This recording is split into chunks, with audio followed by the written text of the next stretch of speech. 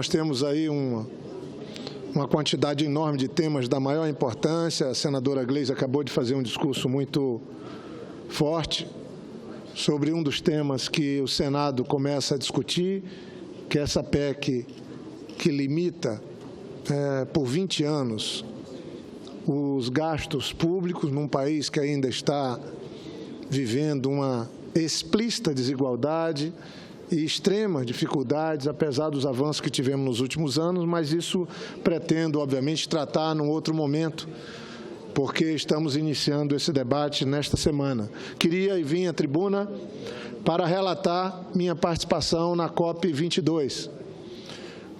Eu acompanhei por uma semana, mais de uma semana,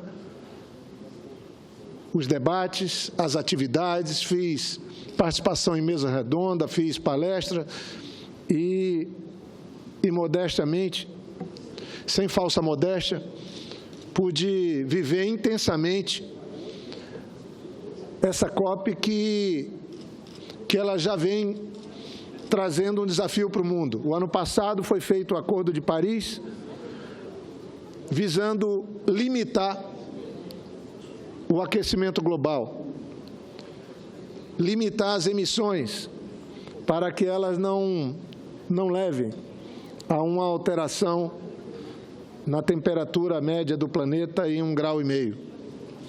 E o desafio dessa COP é a implementação do Acordo de Paris.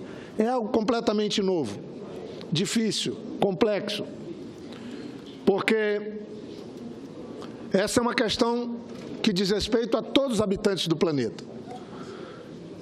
Com o Acordo de Paris, o desafio que ficou para todos era assim: quando os países vão ratificar e transformar em obrigação, com aprovação nos parlamentos, da implementação desse acordo, dos compromissos assumidos. O Brasil foi um dos primeiros. A senadora Cátia Abreu foi relatora da matéria aqui, eu presidi a sessão. Depois de ter passado na Câmara, nós conseguimos fazer a ratificação do acordo, que era um compromisso assumido ainda pela presidente Dilma. E, com isso, o Brasil seguiu tendo o seu protagonismo realçado, porque sediou a Rio 92, a Rio +20, foi sempre um país que tratou essa questão de maneira suprapartidária, tratou esse tema como a mudança do clima, nas questões ambientais e a questão climática como algo do Estado brasileiro. As contribuições dadas foram enormes, seja pelo Itamaraty, seja pela então ministra Isabela Teixeira, pelos governos do presidente Lula, presidente Dilma, e agora o Brasil vai a Marrakech. Eu estava lá e vi e trabalhei e ajudei aos ministros, estava lá o Blário Maggi, estava lá o Zequinha Sarney, do atual governo, e todos trabalhamos juntos, defendendo os interesses do país. Esse é um tema que tem que seguir sendo um tema do Estado brasileiro, porque o Brasil, como um dos maiores produtores de alimentos do mundo, nosso país tem 2% da população do planeta, mas fornece 7% da produção de alimentos. E há uma expectativa na FAO que essa produção chegue a 10%.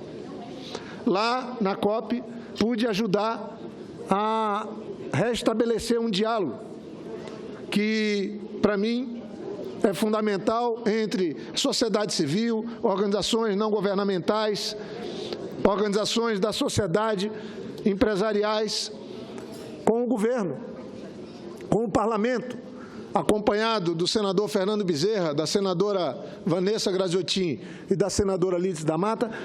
Ajudamos nesse processo. Ainda há pouco falava com o líder Aloysio Nunes, que no próximo ano devemos ter uma reunião, quem sabe no próprio Itamaraty, chamada pelo governo federal, que possa, senador Moca, reunir ministros, reunir a sociedade civil, parlamento, deputados, senadores e senadoras, para que essa agenda que diz respeito à agricultura brasileira, ao meio ambiente brasileiro, ao Estado brasileiro, na questão do clima, possa ser levada adiante, independente da crise que a gente possa estar vivendo, política ou econômica.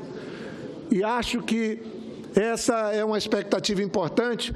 Fiz a leitura de uma carta assinada por dezenas de entidades não governamentais, representantes da sociedade civil, assinada pelos deputados que estavam presentes na COP e os senadores. Fui um dos autores dessa carta e nela pedimos que haja uma maior valorização das nossas florestas, que haja uma maior valorização da população que vive na floresta, que o Brasil, que mudou sua agenda, deixou de ser um país, um dos responsáveis pelas emissões, como éramos há 10 anos atrás, e fazendo a redução do desmatamento em quase 80%, com a colaboração dos estados, é bom que se diga, porque foi nos estados, especialmente da Amazônia, que nós tivemos a redução, mesmo estando hoje num nível que para nós é um piso, perto de 5, 6 mil quilômetros quadrados, que ainda é muito elevado, devemos reconhecer que foi um feito importante. Com isso, as emissões do Brasil foram reduzidas, porque o desmatamento era o grande responsável pelas emissões brasileiras, já que temos uma matriz energética invejável perante o resto do mundo, do ponto de vista das energias renováveis. A média do mundo de energia renovável é de 40%, a nossa é de 70%. E eu, na carta que fiz, lendo para as autoridades, embaixador Marcondes, que o negociador pelo Itamaraty, pelo Ministério das Relações Exteriores, ao ministro Zequinha Sarney, eu falava que não é possível que o Brasil tenha mudado sua agenda, seja elogiado hoje mundo afora, pela redução das emissões, pela colaboração que dá para que haja um limite de alteração de temperatura em 1,5 graus, faça isso às custas do sacrifício, do sofrimento das populações que vivem na Amazônia. É claro que temos que trabalhar, e trabalhamos ao longo de anos, com sucesso, pela redução do desmatamento.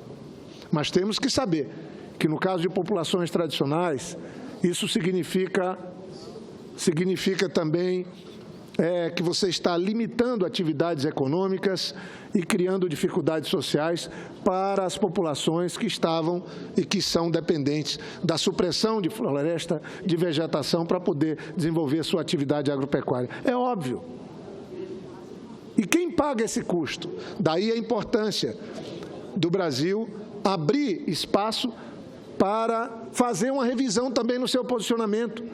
Eu sou contra ficarmos nesse debate, especialmente sobre o RED, de contras e a favor. Nós temos a questão do combustível, da aviação, das emissões da aviação, que não está previsto, e que nós podemos encontrar uma maneira de iniciar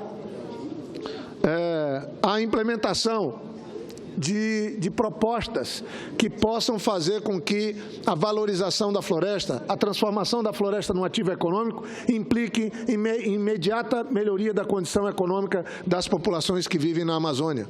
Isso é fundamental. O Brasil precisa fortalecer a agricultura de baixo carbono. O Brasil precisa ampliar a participação das energias renováveis na sua matriz, mas o Brasil precisa ser justo com as populações que vivem nas nossas florestas, especialmente a floresta amazônica. E nesse propósito é que eu vou voltar a essa tribuna para apresentar propostas nesse sentido. Então, queria cumprimentar a todos da delegação brasileira pela participação importante que o Brasil está tendo na COP22, mas dizer que vamos trabalhar para já no começo do ano promovermos uma grande reunião procurando revisitar a posição do Brasil no sentido de valorizar o papel das florestas e das populações que vivem, especialmente na Amazônia, que não pode apenas entrar com o sacrifício, mas tem que ter também a parte dos benefícios. Muito obrigado.